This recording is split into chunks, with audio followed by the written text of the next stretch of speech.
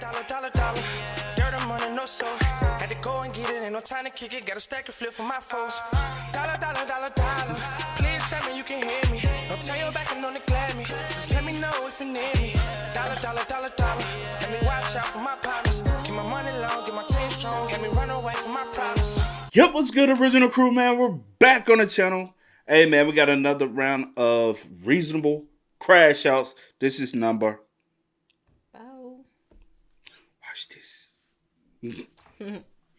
Hey, with that being said, we're going to go ahead and get into it. Make sure y'all check out the links in the description box. Down below. You already know where to go if you want to further support. Hey, check out all the links in the description. You can go over there to all the platforms we're on. We're gearing up for Twitch, y'all. We are gearing up to get on Twitch. We got some things we got to work. I think we trying to make it too perfect, but we got some things we're trying to work on. Yeah, we got some things we got to do. You don't understand because you won't sit down and talk. What's up with your... Whatever. But also, if you enjoyed today's video... Knocking it with a thumbs up. You said I won't sit down and talk to you. Let's get into the video. We'll talk about that. You like to bring personal stuff out. If y'all ever want to know who's the man behind the scenes, you're looking at him. We both. No. We both. No, you're looking at him. You looking at us. No. I help. We're helping 100%. How much you helping? About 5%. 20. 5%. 20%. And that 5% is sitting right here on this. That's it. I have about 20%. No, 5%. 20. 5. 20. 5. 15. Give 5. me 15. I'm not even getting. I'm not giving you more than 10. So you went up. 15. No, I'm not giving you more than 10. It's 5. It's not 15. No, it's 5. 12.5. It's 5. 5. No, I be trying to help. No, she don't. He like to do No, she don't. No, she don't. And I love him being independent like that. What? No, everything. I love him not needing me, So with that being said, if something is slacking, y'all, it is on me. It's on both of us. No, it is on me. It is on both of us. It's on me, and I apologize if we miss something or all that, or some don't come out. Especially if things don't come out on time. Again, you can blame me. Just blame both of us. Blame me. I'm the one who's editing. I'm the one who's uploading. I'm the one who get it. We're partners, though. Also, if y'all don't get a video, hit me. I'm the one who comes up with all the content that we do. It's right. It's written right here. We're partners. It's written right here. So when y'all be looking, y'all be wondering what I'm doing, looking down, writing content, I'm writing stuff down, bro. You don't really want my help. You just like to complain about me not helping. No, let's go. Yeah, reasonable Crashouts, because that's what I'm going to do. But again, we're trying to work on some things for Twitch. So that's the hold up. We try to make sure at least the bare minimal we got going. So, all right, you ready to see her in the call? Don't call my name, yeah. I alone have information that reveals his weapon's only weakness. And you, my friend, are responsible for delaying my rendezvous with Star Command. You are a toy! We are now in the month of September, and it's already a shithole. It's pissing down in the UK 24/7. People have started going back to school, and 2K26 finally came out. Okay, the last one's cap. I'm not gonna lie, I like 2K this year. But the point is, it's been a very weird month so far. Literally, as soon as it turned the first of the month, this country did a whole upside down switch up and went from happy days to the most completely depressing I've ever seen it. And I know it's affecting some of you, man. So what a better way to uplift those who are having a bad day, to some of you who are struggling mentally, can't find yourselves, or to those of you having some existential crises right now and you don't feel like yourselves? Well, I may have the solution to this. Something to make you feel better. Something to uplift your spirits. Something to make you the most happiest you've ever been in your entire life and to make you forget any bad thing has ever happened to you. Reasonable Crashouts 4!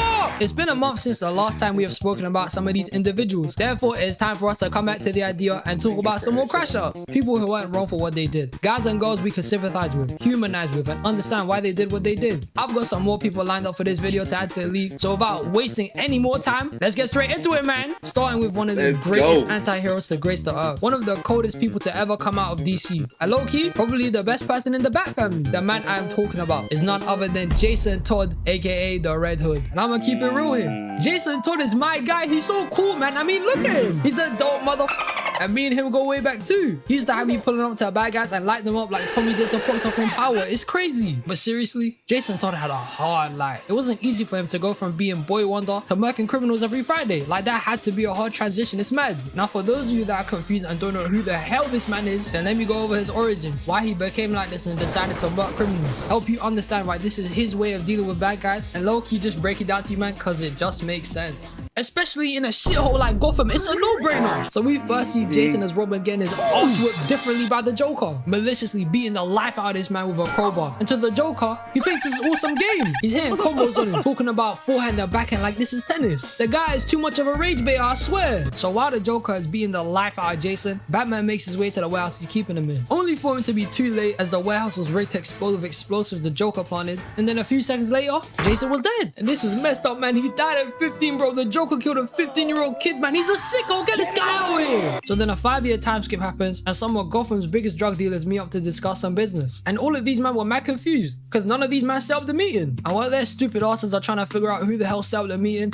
that's when the Red Hood finally appears out of the shadows. And at first, none of these men were taking him seriously until he bust out an entire AK out of his pockets and just started shooting straight up. Didn't even take him 5 seconds to pull it out. Pause. He was in there spraying. Then the Hood starts speaking to the gang members, saying he's gonna take 40% off their businesses and they can't sell to kids, otherwise he's gonna kill them. Then one of the leaders doesn't believe him on his threat, saying he's chatting a bunch of shit. So Jason does what?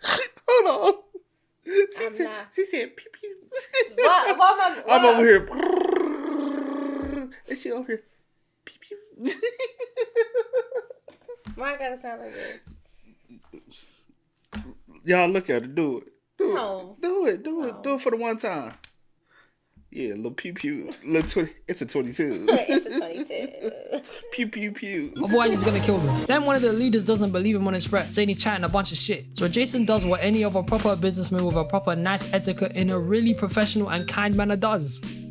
He dashes him a bag full of his lieutenant's heads. And look at these man's faces, they don't believe it. And they're all acting like they've never seen dead bodies before. Bitch, you live in Gotham. You've seen hundreds of them already. Why are you looking like that? And your gang leaders as well. You probably have kill counts in the hundreds. Take that short look off your face, you're chatting shit. So later on, Batman and Nightwing are boxing in a maze and defeated. Then they question some robbers who were trying to rob the ship floor. And one of the robbers decided to say the name of the person who even wanted them to do the job for them, which was the Red Hood. And in less than 5 seconds, as soon as the man said the Hood, the 3 robbers get quick scope and snipe differently, packing them all off. Then Batman tries to duck those bullets and chases them down, only to be led to the exact place where the Joker became the Joker. And we gonna come back to talking about this later because I have a whole problem with this shit. But right after Batman has his little flashback, we see the Red Hood just standing there with a strap. And he shoots the car he crashed into a vat of explosive waste, and then the whole facility explodes and he gets away. So then Batman starts to get into his detective bag, tries to figure out who the Red Hood is, with their investigation eventually leading to go pay the Joker a visit, since the Red Hood persona started with him. But when him and Nightwing go to interrogate the Joker and ask him some questions, of course the Joker wasn't taking any of this shit seriously. He was treating it like a game. He was talking about nothing relevant to what they needed, and he even brought up him murking Jason. What a dickhead, fam. So Batman gets heated and starts beating the shit out of Joker, choking the life out of him. And guess what? He let go of him. Oh, come on, man. The opportunity is right there. This guy's evil. So a couple of minutes after this, both Batman and Red Hood overhear that Black Mask has a shipment of guns coming in. So when that whole shenanigan was about to go down, Red Hood appears, and then he jacks Black Mask's helicopter. But Batman and Nightwing were there to stop him. So they shoot some sort of EMP grappler at the helicopter,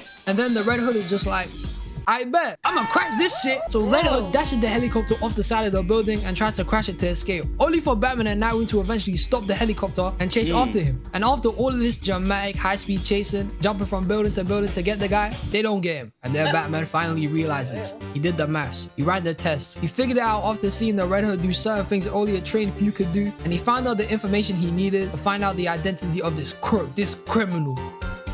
And it's Pickle Rick!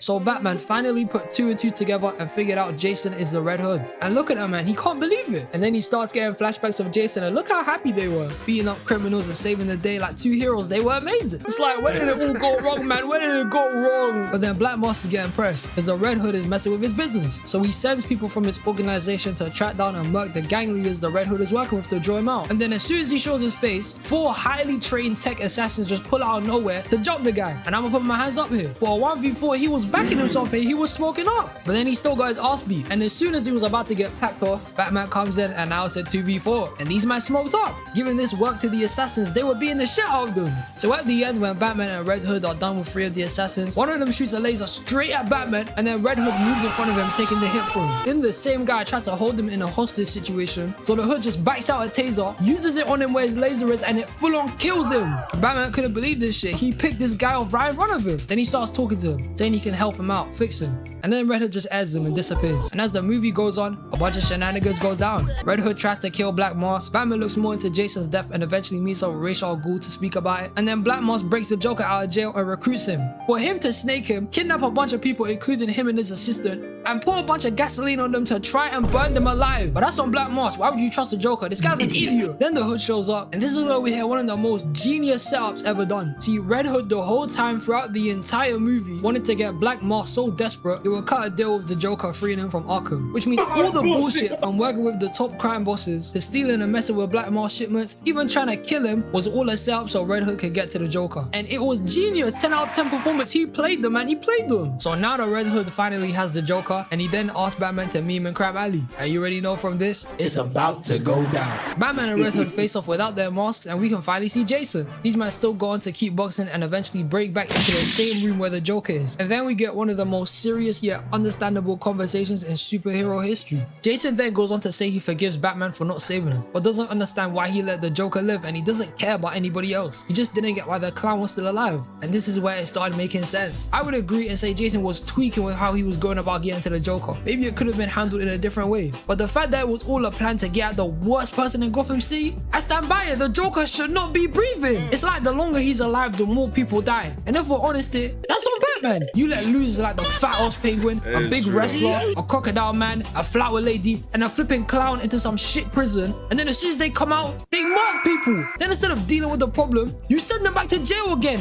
What are you doing, bro? End them. The Joker out of every criminal in Gotham shouldn't even be there no more. He should have been packed. Batman's villains are actual sickos. Half of these men are a bunch of mob bosses who pull a bunch of murders, sell drugs, and do a bunch of shady shit time and time again. And logically, taking them out would be more beneficial for the safety of everyone, rather than letting them live for your peace of mind. Gotham is already some giant crime with a C anyway, but the Joker makes it 10 times worse. And he has no motive. He's just a hater. He does this shit for fun. Jason only wanted the Joker gone. The whole crap he pulled in the movie was to get at him. And when he finally had them and asked Batman why he couldn't do it, Batman started speaking, saying it would make me just as bad as him. Bitch, no it wouldn't. Not even close. The Joker is a maniac. He's pure evil. And there's no reasoning with him too. He'll still go back to killing. And Batman, you beat the shit out of people anyway. Why not just finish the job? Look at it this way. Preventing some of these men from walking tomorrow means that Gotham will have brighter and happier days in the future. The place is already cooked. Leaving the Joker alive is more of a crime than ending him. Let's be honest here. Jason just wanted to understand why Batman would keep one of Gotham's most notorious crime bosses who consistently every year goes back to back in an all-time killer record still live. And him bugging over the fact that Batman wouldn't kill him, or even calling him out on how he didn't want to kill the Joker at all, is facts. I stand with him on this. Because it's not even about it going against his morals and how Batman thinks he would stoop down to being just as bad as Joker if he took him out, but it's more so about how the Joker will always kill again. There's no change in that. Leaving somebody like this to go and live almost freely, because let's be honest here, every person breaks out of Arkham eventually. That place is shit, man. And the Joker will just go straight back to killing more and more people. So by letting this guy see the light of day again, Batman's indirectly caused so much death. It's mad.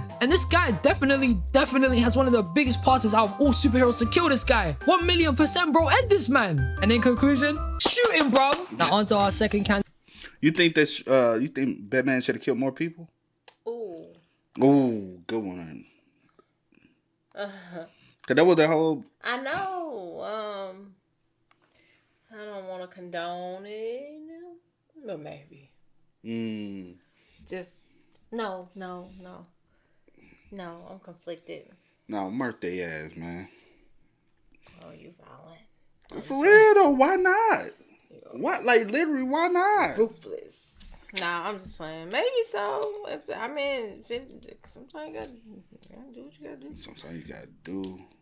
No, I ain't condoning it. Maybe not. Maybe he did. Man, they out here killing people. Why you wouldn't? Man, you save more people by killing. Well, you're right. Take them. Take them out. No, I'm saying I don't know.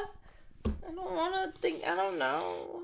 candidate for this video, we have one of the most infamous, legendary Transformers of all time. The leader of the Decepticons, D16, also known as Megatron. So previously in Reasonable Crashouts 2, I did talk about Optimus Prime, saying he was valid because every Decepticon will also come for his people, and they ended his life. So him getting onto the Decepticons and killing them made sense. However, D16? He's got a whole different story, man. It's crazy. So let me break it down to you. So long before the war on Cybertron, Megatron, previously known as D16, and Optimus Prime, previously known as Orion Pax, used to be miners who mined Energon for Iacon, which is the city they used to live in before Cybertron got destroyed. And way back before D16 even became Megatron, this guy was the biggest fanboy. He loved the Primes. He idolized them. They were his heroes. All the civilians and people of Iacon would look up to their glorious leader, Sentinel Prime, who they thought was helping their society by looking for the matrix of leadership, which would help restore the energy back to Iacon since it started becoming unstable and they had way less of it. And D16 loved the Primes. He was so enthusiastic anytime he would start speaking about them, especially Megatronus. He messed with him heavy. Until he found out the truth about Iacon. Sentinel was the biggest snake. He lured the other Primes into a trap which got them annihilated by the Quintessons because he wanted to steal the Matrix of leadership for himself. Only instead of actually getting the Matrix, it disintegrated in his hands. So this man pulled all of those strings, even murdered some of the Primes himself, and didn't even get what he wanted. You suck! But no, my friends, this isn't even the worst bit about anything Sentinel has done. See, in Iacon, there's two different types of Transformers. People with cogs who can actually transform into vehicles, and people who are born cogless and can't change. But the crazy thing about this is that every single Transformer was born with a transformation cog. Sentinel just took some of theirs so they would know their place. Do you know how messed up that is? He practically took the freedom away from people just so they would be stuck at the bottom of the barrel. The Transformers with cogs were low-key racist. They did not rate the cogless ones at all. This shit was mad. And it was all because Sentinel caused this and took their cogs before they even came online. The man created a hierarchy just so he could put some people at the top, so they could think mining Energon was their entire purpose, which he was all passing to the Quintessons anyway when his people needed it. He's horrible, man! And when D16 heard all of this crap, all of this bullshit Sentinel did to him and his people, he went from being a happy and jolly guy who just followed the rules, didn't want to get in trouble, wanted to stay being a miner and keep on having faith in Sentinel Prime, to an absolute demon. D16 was pissed. He didn't care about nothing else besides getting back at Sentinel. And I hear it. Imagine it like this. Imagine one of the biggest core things that makes you special gets ripped out your chest, literally. And then from childhood, you were forced to be a slave in the mines. That's exactly how D16 was feeling. He felt like a dickhead. Him and thousands of other people are getting taken advantage of by this prick. And it was there and then that D16 found out his whole life was practically a lie. It could have been completely different. I was just ruined by one guy. Are you gonna be messed up, man? Don't have me pressed. So throughout the rest of the movie, D16 was on timing. The man started acting completely different, like he already adopted his villain persona. And he went on to aggressively take the map from Orion, beat the shit out of Starscream and mess up his voice, and then stand in front of Sentinel like he ain't shit, which got Sentinel so pressed he burned a Megatron symbol right into his chest. It was mad. Then Orion and the rest of the man then pull up to save B and D16. They reveal the truth to the rest of Iacon, and then D16 gets to throwing down with Sentinel. He's almost about to kill him. Then Orion jumps in tweaking, saying, "What the hell are you doing, bro? This was not the plan." And they go on arguing with one another since D16 wants to kill Sentinel. And the next scene here broke my heart. D16 shoots at Sentinel for Orion to jump in front of it, getting half his body dismantled. And now D16 is holding him off the side of a building. And he's upset. He's pressed himself for shooting his best friend, his Nakama, his guy, his rider. And then he lets go of him, dropping him into the abyss. And this is where we get the divide between two friends. D16 annihilates Sentinel and rips him in half, stealing his core. While Orion Pax falls further into Cybertron and is pulled by the life force of the planet itself. And in the life force, all the past Primes are speaking to him, saying that Primus has deemed him worthy of the matrix of leadership. While on the surface, D16 puts Megatronus' core in his chest and becomes the infamous villain we all know, Megatron. And Orion Pax takes the matrix of leadership and becomes one of the greatest, coldest people of the decade, Optimus Prime. So now Optimus Prime flies straight to the surface and he has a final battle against Megatron. And this fight was one of the sickest fights you could ever see. They would transform in mid-fight, being the brace of each other, and wait a minute. Is that a flipping axe? Hey, yo, that's sick! And Optimus was straight up working this man. He was soloing the entire High Guard and gave everybody this whooping. So now Megatron has been defeated, and Optimus Prime decided to banish him and the rest of the High Guard from Iacon by acting out and murdering Sentinel. So with that being said, Megatron and the High Guard leave, and they finally establish the group we're all familiar with today, the Decepticons. And this movie was peak. I loved it when it first dropped. It was a chef's kiss, man. And now, on to speaking about D16 more in depth. Megatron had it rough. Finding out one of your heroes, one of the people you looked up to and had complete and utter faith in, put you in a position where you had to be somewhere where you didn't have to be, had you ridiculed and made fun of when you didn't need to be, had you thinking you were less where you weren't even less, is a messed up feeling. Throughout the entire movie, D16 loved the Primes, and still does. He messed with Megatronus the most. That's why he stained the cog from Sentinel. But it's the fact that Sentinel lied and deceived him that got to him. Now, I'm not saying D16 was a good guy. He was definitely always somewhat bad. As soon as he got a transformation cog, he went from being an ally and a friend to an absolute asshole and said, "Bunny, I'ma just do my own thing." I went about everything in a careless way, just wanting to shoot up everybody and be on some timing. Orion tried to stop him from going down the same path as Sentinel, not make him go about murdering, and just wanted him to reveal the truth about Sentinel alongside him. But Megatron wanted more. He wanted to be a judge, jury, and executioner, and wanted to take his life from him, when not even 5 seconds ago, he was glazing him. But that also don't mean Megatron was wrong for how he acted. All he knew from when he came online was to be a minor. They thought that was their purpose and who they were meant to be. But Sentinel set that shit up against them by taking their cogs, and then society did the rest of the work for him there by putting them down to becoming minors. Imagine your whole life was set up by a man who took something you were meant to have since the day you were born, made you work your ass off day by day in a place where you could die, and then all the things you worked for, he would just give it away to a bunch of random squid people. Of course you would crash out about this. You would not be peaceful about this at all. It's borderline slavery. I sympathize with D16, I get it. He found out in a short time his whole life was a lie and his hero sold him out. I understand, and him bugging on Sentinel wasn't even the worst thing. It's the fact that Sentinel was murdering the Primes and ruining the whole of Cybertron. I mean, he's indirectly caused the deaths of so many miners across Icon, just wasting them like they were disposable. And that's crazy. But then D16 is still a bad guy regardless. Nothing changed. It's how he switched up as soon as he got that transformation cog that makes you realize to an extent he was always a bad person. He must have been playing a persona or something, because as soon as he got powers, he was a completely changed guy. But all in all, I'm with you, D16, man. I'm crashing out too. Bun this guy, man. And now, ladies and gentlemen, we are... Have you seen all the Transformers? Oh, no. I haven't either. But would I be able to? Because I'm still like trying to do all the Marvels drawings. So I'm also trying to get it'd probably be like next year or something. I've reached the final person I'll be talking about in this video, and this person is a legend. They're one of the greatest, most notorious criminals of this generation, maybe even in this universe. This person is such a madman. They put the likes of Thanos, Lex Luthor, flipping Vector to shame. They are so evil. They will probably actually do things like turning in their homework on time, and you have to be a criminal to be doing that shit. So without taking too much time to keep giving this guy an introduction, I want to show you guys the one, the only, Mojo Jojo. And look, I'm gonna cut this shit. This is less about Mojo Jojo than it is about the evil that is the Powerpuff Girls. Because these children are the sources of pure menace behavior. They're diabolical. These triplets have no mercy, no remorse in their bodies. They're crooks in disguise. And the things they've done to Mojo Jojo, regardless of him being a villain, is petrifying, man. One time, Mojo Jojo and a bunch of other villains grouped up together to try and take out the Powerpuff Girls. And they were successful. So they went about their business, robbing banks, terrorizing civilians, the usual. Then Professor Plutonium gives the Powerpuff Girls an idea so evil, so heinous, they might as well be criminals. They set up Mojo Jojo with a female monkey, and the guy is falling in love. Then he goes into town committing crimes that don't even make no sense. But hey, that's what you do when you lie to someone, man. But with Mojo obsessing over his girlfriend, some of the villains quit the group, and the Powerpuff Girls eventually put 3 out of 5 villains in jail. And now they're about to go take care of Mojo Jojo. So while Mojo thinks his girlfriend is a real evil person just like him, the Powerpuff Girls interrupt him, bring a zookeeper, and then she starts pressing some button. And this had Mojo confused, like he doesn't understand what's going on, until he looks to his right to see his monkey girlfriend is hideous. She's ugly. Then the Powerpuff Girls start talking, saying they set him up from the start to get him into jail. They manipulated the guy into going on to dates with some random monkey just to get him in jail. You couldn't just be his ass instead like you do all the time to all villains. That would have been way better, you flipping criminals. And Mojo was broken from this. Even saying that they took his love away, like that's mad. And the Powerpuff Girls didn't care, man. They're sick. In another episode, the girls get addicted to sweets they would get from the mayor every time they would save Townsville. And because there was no crime going on, they decided to go hire Mojo to mess up the town so they would get some more candy and break him out to repeat this shit daily. So the Powerpuff Girls, the heroes of the show, were hiring the main bad guy to mash up the city, probably killing people in the process because they wanted to eat sweets. What? They're crazy. So one day the girls saved the city, and now they're in the maid's office wanting some candy.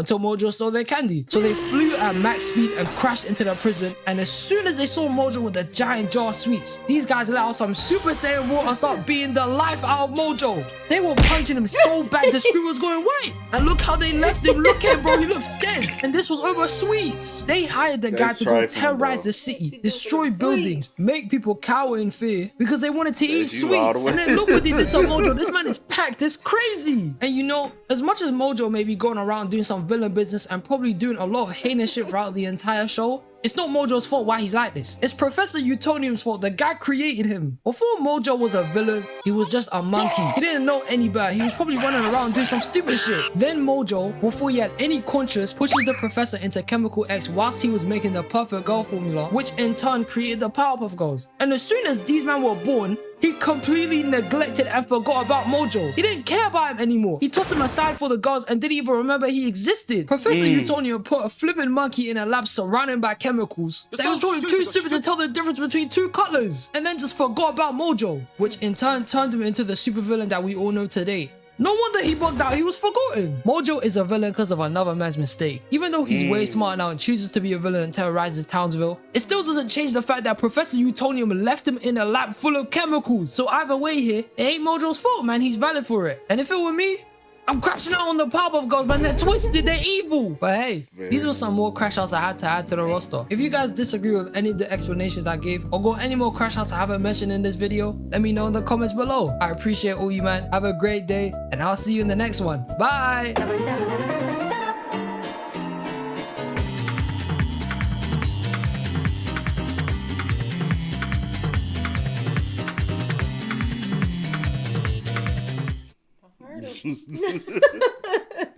But you said you grew up loving the Powerpuff Girls. I never watched. Yeah, I never watched Powerpuff Girls. That's crazy. Maybe you could watch it like going to Hell sleep. no. Like put it on while Hell you no. You watch everything else? Won't do Powerpuff Girls. Wow, that's crazy. No disrespect. Same way I ain't watched No Teletubbies. disrespect could be tolerated. Same way I ain't watched Teletubbies. It's just some show growing up. Hey, you know how it was. And I don't want to hear it. Daddy, just shut the fuck up. Hold on. Not you. I'm talking about them. Don't talk to us like that. You know how it was back in our time growing up. I watched Teletubbies. Yeah, you watched Teletubbies. I did. I used to come home from school and watch. Not I. We didn't we'll watch. Go with my grandmama watch it. We didn't watch Teletubbies. We were thugging. Yeah, you was thugging. You don't know about me, man. I don't. That's what I said. Yeah, you was doing whatever you said you was doing. I don't know. I was in the house playing with toys. We was outside thugging, man. Oh, Fighting. I had a balance in my life. Throwing up our signs. People started selling drugs. That's all what you throwing up. I was throwing on mine. Don't worry about it. Fighting. Yeah, I was doing that. You know what I'm saying? Yeah. So I think, no, not at that age. What age we talking about? I'm talking about. I've been fighting all my life. I'm talking about 11, 12 years old. Oh, We yeah, out the porch. I'm saying folks selling drugs. Okay, I've never sold any drugs. Gang banging, fighting. Yeah, I don't do all. Hooping, going neighborhood to neighborhood. Yeah, we was out there. Yeah, I think we all did stuff like that. Not just drug selling. No, I'm saying at that age. I was doing all of that, but not some was selling indulging. drugs. Some was indulging. Or indulging, or the gang stuff. I wasn't doing none of that. Let's wrap it up. Y'all spill us up in the comments, man. Let us know y'all thoughts in the comment section down below. But until next time, y'all know how it go, man. I do go over the name DJ New Kid. This is Sierra Nicole. We are. We are. Time to kick it, got a stack of flip for my foes. Dollar. Please tell me you can hear me. Don't turn your back and don't neglect me. Just let me know if you need me. Dollar. Let me watch out for my partners. Keep my money long, get my team strong. Let me run away from my problems.